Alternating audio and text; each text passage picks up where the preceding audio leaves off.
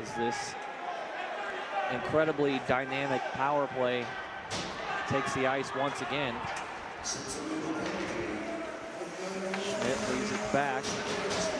Left side bit. Is he going to shoot it? No, he'll circle around. Shot in front. Saris tried to jam it in, but it was blocked and sent out.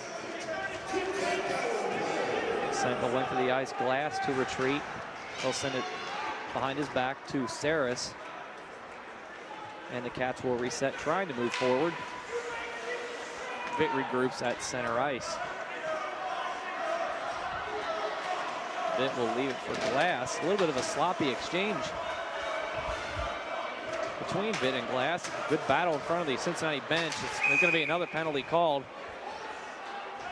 I couldn't tell who that was going to be on Getz. I think it's on 18. It is. It'll be two-man advantage for Cincinnati, or excuse me, for Kentucky. Actually, they call it a coincidental. Yeah, I think they're taking them both to the box. You're absolutely right. Send both Getz and Matt Bishop into the box for Cincinnati. So perhaps matching the roughing minor. So Getz last night picked up 2 or 3 penalties as well. So with the matching penalties, nothing will go on the board, and we will stay 5 on 4. Kentucky still with the power play for another 1:03 in the first period. 8:06 left. Kentucky in front 3-1.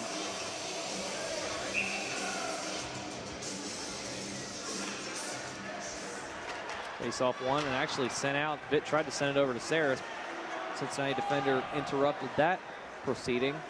Now Vitt will regroup and charge back in right side for Kentucky. Tries to send it along forward to McLaughlin. He'll reset right circle.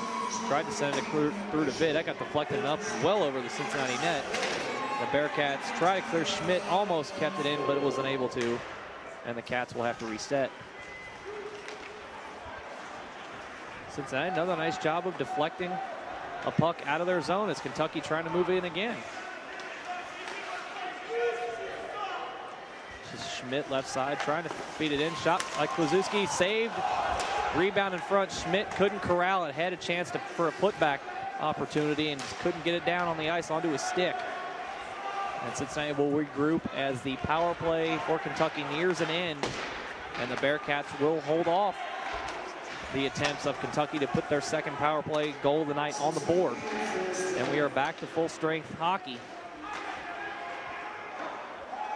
Shot on Jim Borgard sent aside into the corner. Schmidt there to regroup for Kentucky. He's pinned up against the board. Cincinnati will take possession. Shot into the slot, saved, and shot goes back to the man, and he fires it over the glove of Jim Borgard for another Cincinnati goal. And give that one to number 22, Nick Frederick.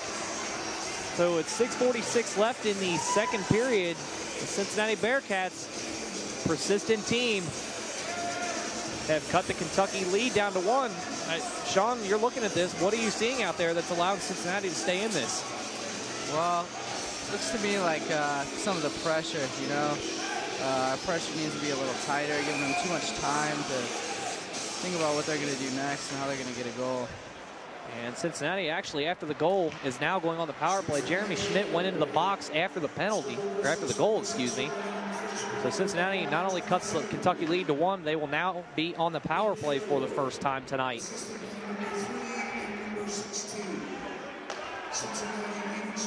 Cincinnati with a chance again.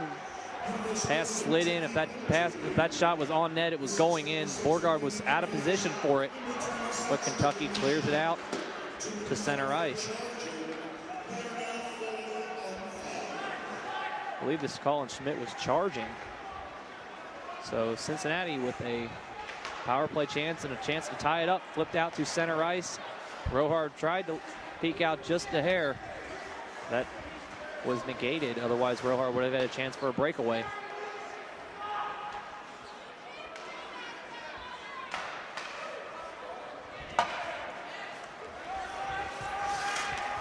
Rohard showing good hustle. Tried to put pressure in down behind the net.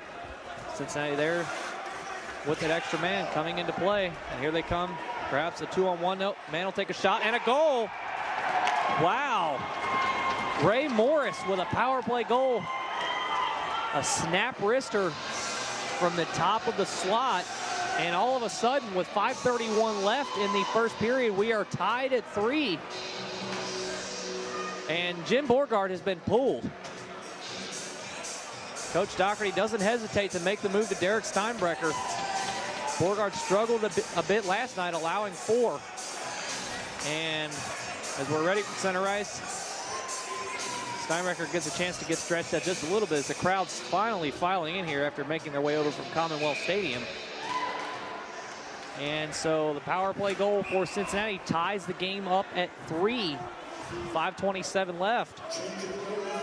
And Sean, just a complete reversal of what we saw in the first 8 minutes of this game. Yeah, it is. This next goal here is going to be very important for the game.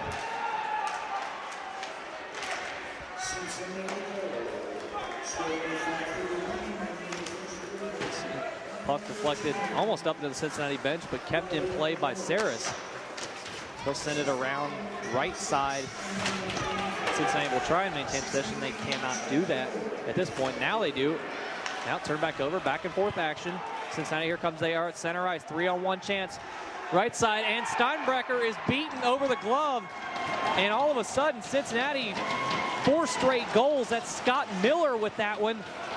4:59 left in the first. Cincinnati has taken the lead for the first time in this series. They lead 4-3. And Sean, at this point, if you're Coach Doherty, do you start to think in your mind, do I take a timeout to settle the team down? Well, it's on everyone's mind right now. They got to be hungry for the next goal. I think everyone knows that as long as we play our game, we'll get in the next goal, and hopefully we'll get up and start taking back control of the game. We talked about this is one of those times, one of the few times that the team's been really down this year. If you're a veteran on the bench, what do you say to those younger kids right now that are sitting on the bench next to you? Well, I say you gotta go out there and work hard. We gotta make sure you get that next goal because you don't want to give up that lead. Shot Steinbrecher off the glove and dangerous, just barely cleared out. Kentucky trying to get something back going. Holmes down behind the Cincinnati net, tries to pass it across to Graham. He'll actually keep it. Holmes takes a spill, no call made, and play continues. Phillips now left circle. He just cannot seem to keep control of that puck, and Cincinnati will take possession of it. Just went out of the zone. And after the whistle blows, Saris doing a little pushing with Kyle Fitzpatrick of Cincinnati. Just a couple of pushes back and forth, no big deal. 4:22 left in the first. Cincinnati with a surprising lead, and one of these things Cincinnati's been able to do, Sean, is take the crowd out of this game. The crowd's been pretty quiet within the last 7 minutes of this game. Yeah, that is true. And right on cue, we hear a Go Big Blue chant. Well, they must have heard me. They must have heard me. I'm talking about how the crowd had slowed down a little bit, and here they come with a Go Big Blue chant. And actually, Saris and Fitzpatrick are actually going to go into the box. A little surprising. It didn't look like much of a exchange after the whistle. Just a couple of pushes. We've obviously seen much worse than that. We saw a lot worse than that in the series against EKU. Yeah. But nonetheless, it looks like that was a bloodbath. Yeah, a little bit. That's probably why they're calling it like how they are right now, just to keep control of the game. They don't want it to get out of control like EKU did. Now that was one of the more ugly games we've seen, especially the second game. You know, the big scrum at the end, and it looked like one of their players actually took a swing at your brother without the helmet.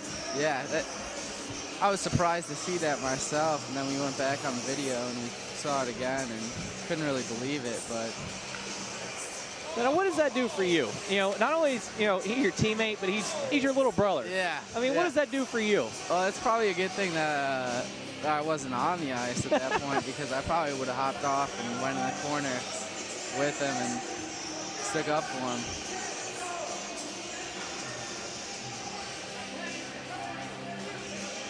And looks like both the penalties are actually